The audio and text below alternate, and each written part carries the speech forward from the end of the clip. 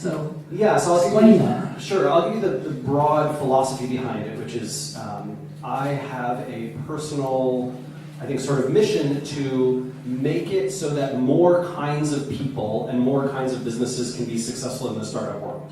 So I think that it's largely bullshit that you need to fit the venture capital model of 4 to 6% of venture investments return the appropriate amount of capital or more to the fund, and the other 95% fail to do that. And thus, in those 95% of cases, founders, early employees, and people all around the business, including customers, don't benefit. No. Yeah, get very little benefit. And I think that model works fine if you are an investor. In fact, it can work very well if you're an investor, because the math works out. You make 100 investments, it doesn't matter if 95 of them fail, the 5 will make up for it.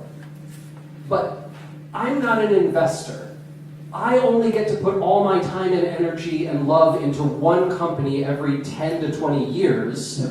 I don't know how you did 6, but which is amazing. Well, I failed a couple times, so that was easy. Oh, great. Yeah, that helps. Yeah. Give you more. But I think that those statistics are not in our favor, right? And if you are a founder, it doesn't make sense to play that game.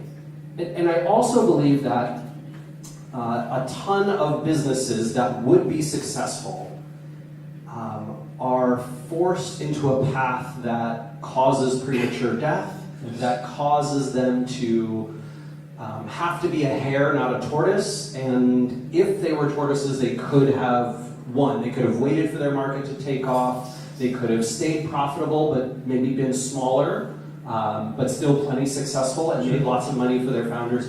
And so what I wanted to do with the Sparktoro funding round is hopefully, I mean, dear God, hopefully Sparktoro goes well, right? Sure.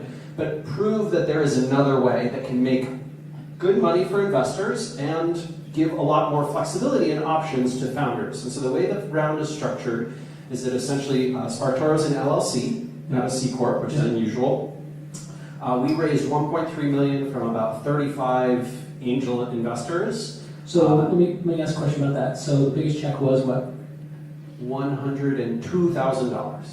Small, round even number. That's Yeah. nice. 102, and the smallest. I think that was Dharmesh Shah, and he told me that if I let him take me out to dinner, he would explain why It was 102. it was 102.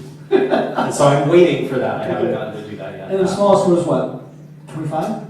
Ooh, I think maybe there was someone at 15. Okay, so Yeah. basically 15 to 100. Yeah. Okay, great. So across the board, right? Again, a fairly wide array, and those folks own units in the LLC, which is common in sort of like law firms, and it's actually very common in venture capital firms as well, right? Anytime you have a partnership organization, people own units in the LLC, and what this means a few things. This means that when the company is profitable, we have the option to pay our profits out in profit sharing. And basically we have a requirement similar to venture capital where we pay 1x our investors' amount. So let's say Mike, that you are our only investor and you put in 1.3 million. Yep.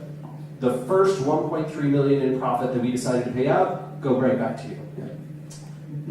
After that, everyone gets paid their percentage of the Pro profit. rata. Pro rata. Yep. So again, sort of similar to how you do venture, but you can potentially make that for 40 years, right? If Sparktoro is a long-running company, you can be constantly, getting checks every year for a long, long time. And that means that the company does not have to sell or go public for you to be able to make money. And that means that Sparktoro could be a $2 million a year business that returns vastly more to its angel investors than most venture-style investments, which is insane. Like when we spreadsheeted it out, we went, wait a minute, this can't be right. Now, granted, you need a higher success rate to make this work. Sure. But I think that's built in. I think that if you have businesses that are designed to grow profitably rather than to burn capital as quickly as possible to either become the monopoly in their space or to die trying, you have a higher success rate. You will have something that looks more like the standard U.S. Small Business Administration statistics, which are like 50% of businesses survive 5 years or longer, right? 4 years they're gone. 40%.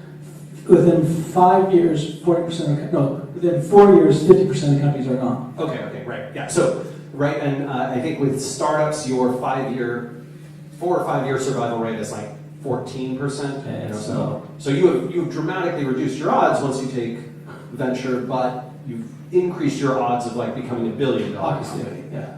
yeah, the hockey stick.